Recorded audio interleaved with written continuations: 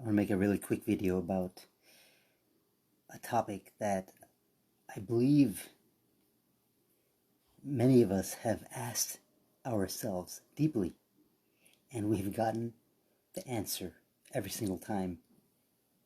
By what? By the past, by what has been said to us. What is the point of Ramadan? If you ask 10 Muslims, or if you ask 100 Muslims, what is the point of Ramadan? Most likely, the ones that have more quote-unquote knowledge, they're going to say things like, for the Quran, it's a month of the Quran, it's a month of fasting, it's a month of, and most Muslims will think it's a month where we fast and we kind of keep in check our ego, and we learn the humility, we have humility, and we feel what the people that are starving feel. That's a very childlike definition when asked. But in the end,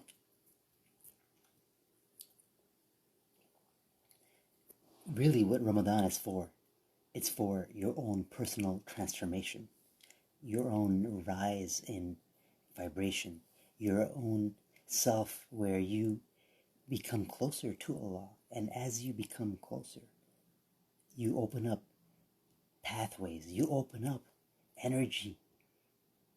You have access to energy that is not from the dunya, but is actually from the divine. And whatever the byproduct of that reaction is, it becomes something the ego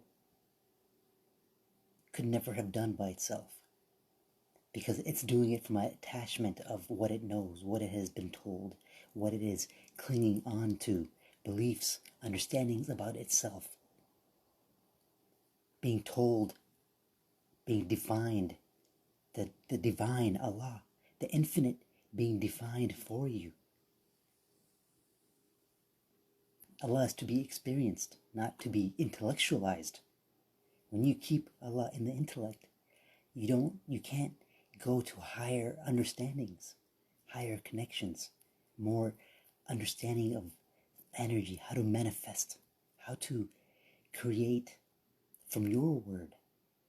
You're saying words, right? But everything comes from Allah. All power comes from Allah, right? Because Allah is the owner of everything. So even the courage, even the greed that you have, is, if the greed is attached to the physical illusion, it's gonna be fueled with anger, with greed, with wantingness, with pure flesh desires. And if your same wanting is wanting that, but more as a byproduct, as something that you already can feel now, it's as if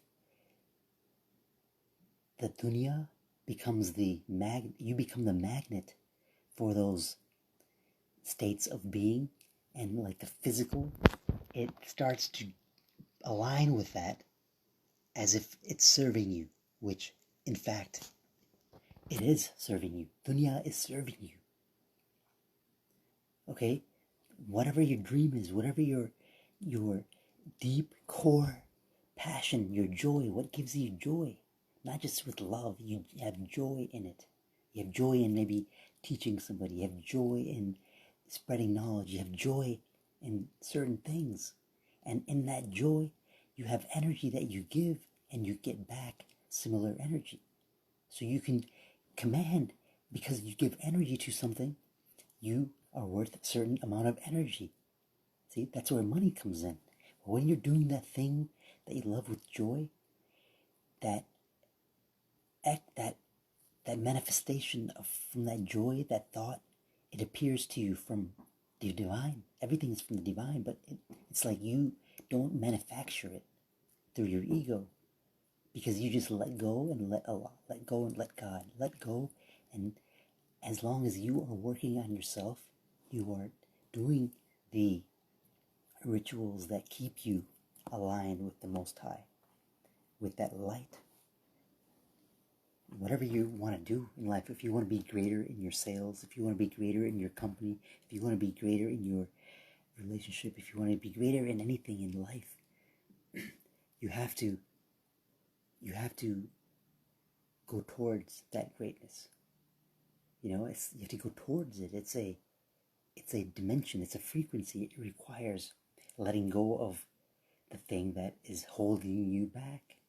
It could be just bad habits. It could be thoughts that you still allow to give energy to.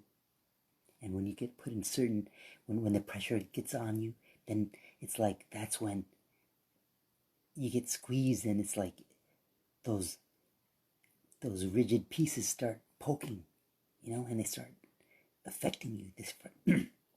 They're like rigid things you hold on to that are poking you, and you have to tend to it. You have to go to it, and you have to cut it down. You have to heal it. It's an energy block, because now that energy is going to the pain instead of energy going to your will. It's literally energy, frequency, and vibration, and you can direct the energy to different chakras, and it's like your soul is the creator of that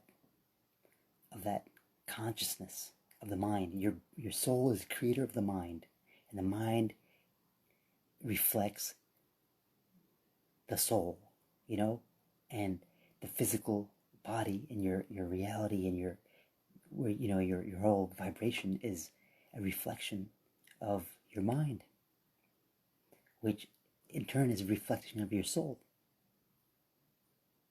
Okay, and your soul is connected with the divine.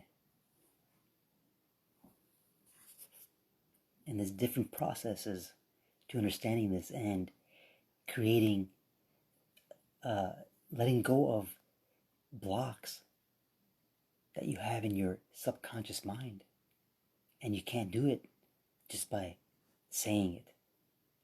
There's rituals involved. There are energies that you can harness that break the demons, the hold the shaitan has on you. All these metaphysical concepts.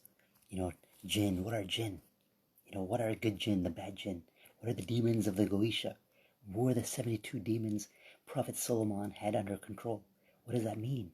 Did he have like the jinn of the wind, the power of the wind, the jinn of this, and then come to find out in Catholicism, there's the demons of the Goisha, and there's these 72 demons that are named by Prophet Solomon, and each name has a description, and they have their calling cards, and the incantation and all these kind of things. And what is that understanding of? The jinn is basically energy of the dunya, of the physical. It's almost like it's a thoughtless. It's a thought form. It's a thought form from your shadow. Okay, it got created from your shadow from within, and it gets, and it's like a jinn. It lives in it's your astral body. It's your astral body. It's like the energy that's attached to your astral body, the energy of the physical part of the physical dunya, part of that life force energy. And it's even told in our traditions that when a baby is born, a jinn is attached to them, and their job is to basically whisper and to become its conscious. It's its conscious, and what it does, it quiets down that divine soul from within, and it becomes the ego, because that's the only way those energies can survive in the physical. It's part of the dunya. It's part of your illusion. It's part of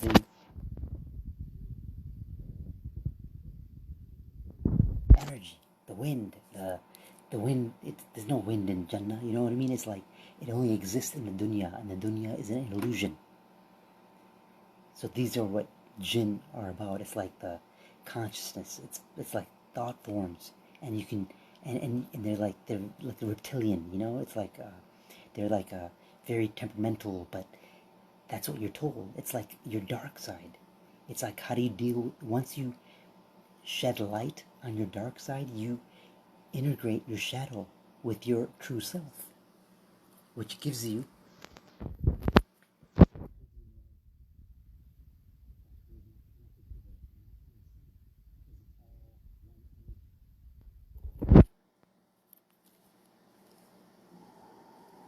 oops.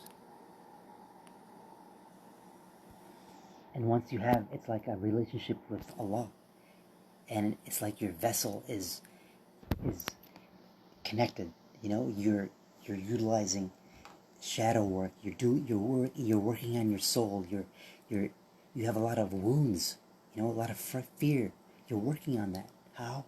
By fasting, by quieting down that ego, and it's gonna yell for the first week. You know, it's gonna be triggered, and you have to keep on being consistent. You have to do the rituals. You have to eat healthy. You have to be hydrated when you do eat. You have to open your fast. You have to in a healthy way. You can't consume fear because you are a vessel, and your consciousness determines what level you're going to be worshiping at, and for what, where you're going to be attached to in your worship. It's really magical. It is, and no one talks about this. I'm not some I'm not some Medina University person or anything like that. I'm just like you and anybody else. But I did my research. I've knocked on those doors inside my soul. You know what I mean? I went through those doors. And the thing is, everybody has fear. We all have fear. Are you going to allow that fear to not let you become that version of yourself that was given to you by Allah? That talent you have that we all know about, or that thing, that joy you can give to something. You want to build something, you want to be best at your company. All these kind of things. You have these core inner lifestyle joys that you maybe have been too scared to become that person.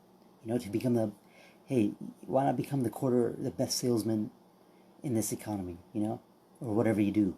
And if you're still working and whatnot, well, maybe you can be that person.